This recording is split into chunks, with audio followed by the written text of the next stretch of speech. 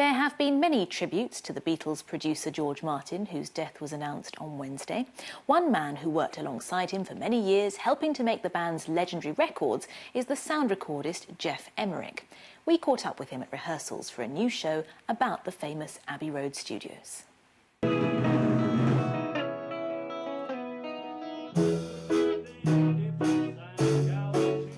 Rehearsals in session for a show that'll take the audience into number 2 studio, Abbey Road, back when the Beatles were recording some of their most famous songs. In the control booth then was George Martin and a young Geoff Emerick, just 15 years old. The first time I met George was 2 days after I started EMI Studios, as it was then, not Abbey Road.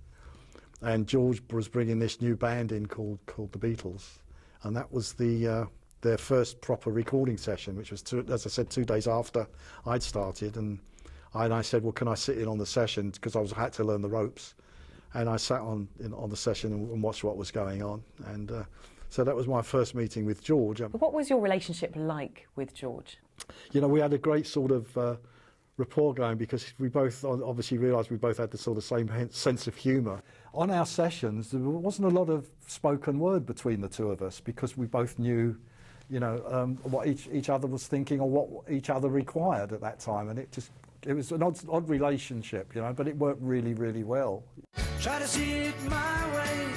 Only time will tell if I am right or I am wrong. Why did he take a chance on this group? I think it was a sense of humour. At the end of the session, I think George Martin said, "Is there anything else you want to say to me?" Right? And then George Harrison said, "Yes, I don't like your tie."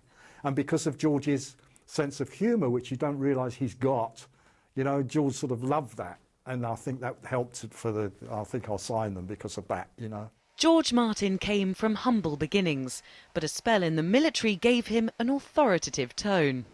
George had a very sort of upper class sounding voice, and very sort of deep and loud, and he was like sort of giving directions to the band, you know, the OK boys, as he used to call them, you know, we're going to start recording soon, the red light's going to go on, and you hear the buzzer probably go, and then dun-dun, and you know, it was like a schoolmaster type situation, but that over time just, you know, diminished, you know. When we were doing Yellow Submarine, George had a bout of food poisoning that week, so I carried the session. And of course, as you know, in the middle part of Yellow Submarine is the party atmosphere, you know, which was, as you can hear, we had a great time, you know. So that's real?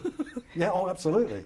Yeah, because you know, some of the Rolling Stones were there, Paddy Boyd was there, and a few other people, you know. So the champagne clinking, that's all, the laughter. That's right, yeah. Yeah. That's Patty, that little screamer, ooh, in the party, that's Paddy Boyd.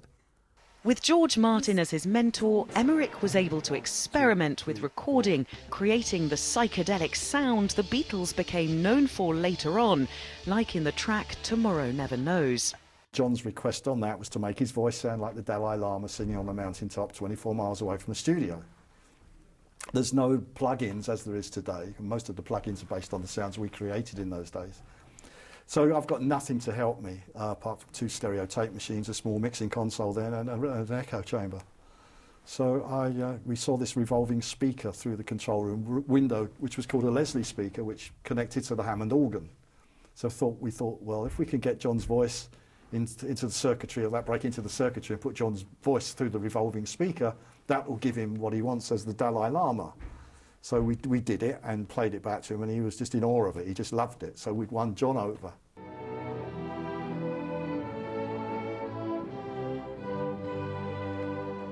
It's often, you know, when I'm working, if I'm producing or whatever, I think, well, I wonder what George would have said or what George would have done here, when you get into a little moment of trying to solve a little problem. You know, and I'd sort of basically sort of work, I guess, with George in mind all the time. I have to, you know. It's just brushed off on me. He was like a father figure in a sense, you know.